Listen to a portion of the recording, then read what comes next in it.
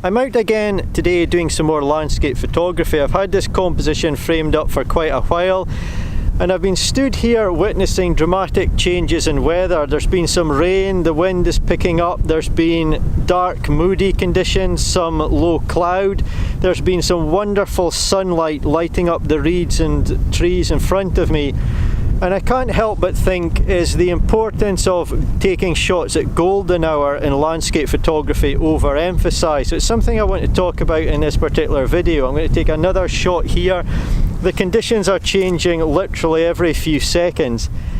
And because I've been here quite a while, because the weather is so changeable, I've been able to capture a number of images. I've captured some images that will work really nice in a moody black and white look.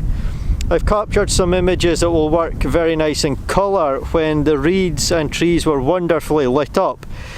And it just got me thinking about golden hour, so it's something I'll talk about throughout this video, but I'm going to take a few more shots here and then move on and find another composition.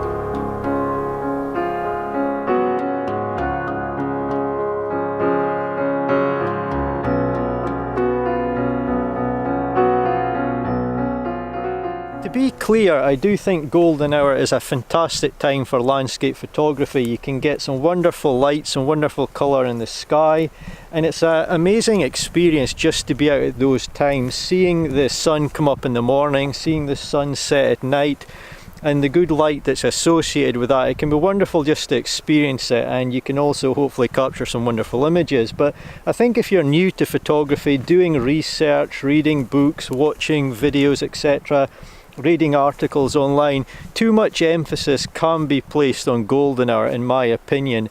And if you don't read or decipher the information carefully, you can think that the only time you're going to get really nice landscape images is by going out at golden hour. And I think it may put some people off photography actually. I think it can be quite a struggle if you're working and trying to get out early in the morning or late at night, and it can maybe put some people off photography. So the message I'm trying to give is it's a fantastic time for photography, no doubt. I go out at those times a lot, as do millions of other photographers, but I think you can go out through the day and still capture really nice images. And it's nice to have a variety in your collection of images. You don't want all your images to have those sunrise and sunset colours. I like going out in moody conditions like today. It's been fantastic, just the changing conditions, trying to capture the mist, the clouds. I've had to deal with rain, etc., but that's fine. And for example, if I was doing woodland photography, I typically wouldn't head there in golden hour unless I had something very specific in mind, maybe try to capture the sun coming up between some trees or whatever. But there's so many good times throughout the day to do photography. It can be difficult in summer when the light is harsh, but then you can go for maybe high contrast black and white scenes. I like going out in stormy conditions, trying to capture that, and you can also go for more intimate, detailed sections of the landscape as well, just picking out areas where the light is nice. So hopefully the message comes across that you can still get good images even if you're not going out just at golden hour, and just to vary the times you go out and see what you can come away with.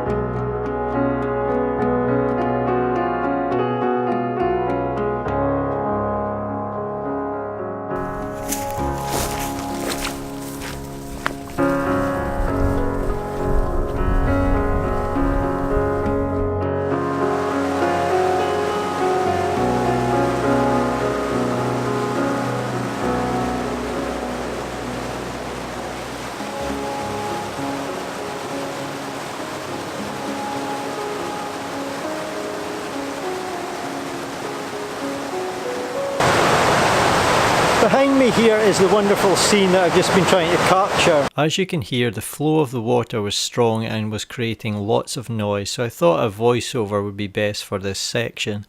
When there, I was talking about how it was still a couple of hours from sunset, so it wasn't golden hour, but I was hopeful of capturing a really nice image. This was to be my last image of the day, and the rain was once more starting to fall. In terms of the scene, I liked the small trees, etc., which were on the river, and also those full of character on the far bank. I wanted to include some of the flow of the river by using the correct shutter speed, but I didn't want it to be the main point of interest in my image. The light was very changeable and changing quickly, but I managed to take my shot at what I felt was just the right moment.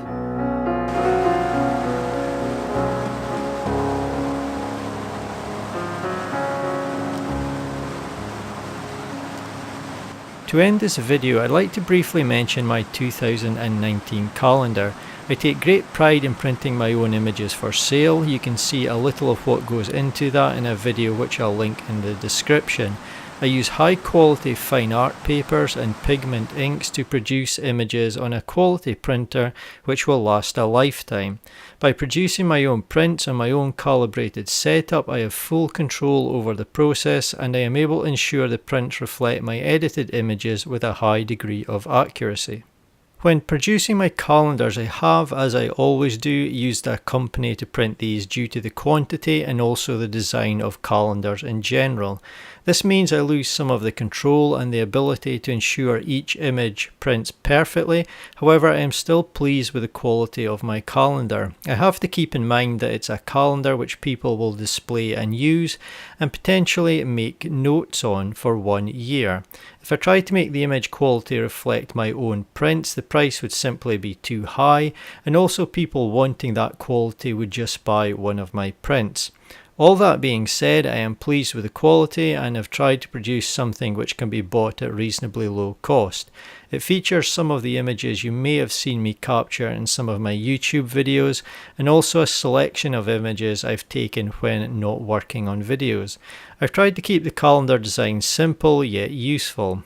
When selling this, I include the calendar itself and also a separate sheet with the name I have given each image, the camera settings I use to capture it, including shutter speed, aperture, etc., and also some additional information including my own story behind the image. If it's an image I captured while making a video, I also note the name of the video too.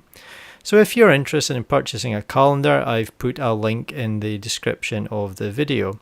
But that's it until my next video. Thanks so much for watching and listening, and I hope you enjoyed it.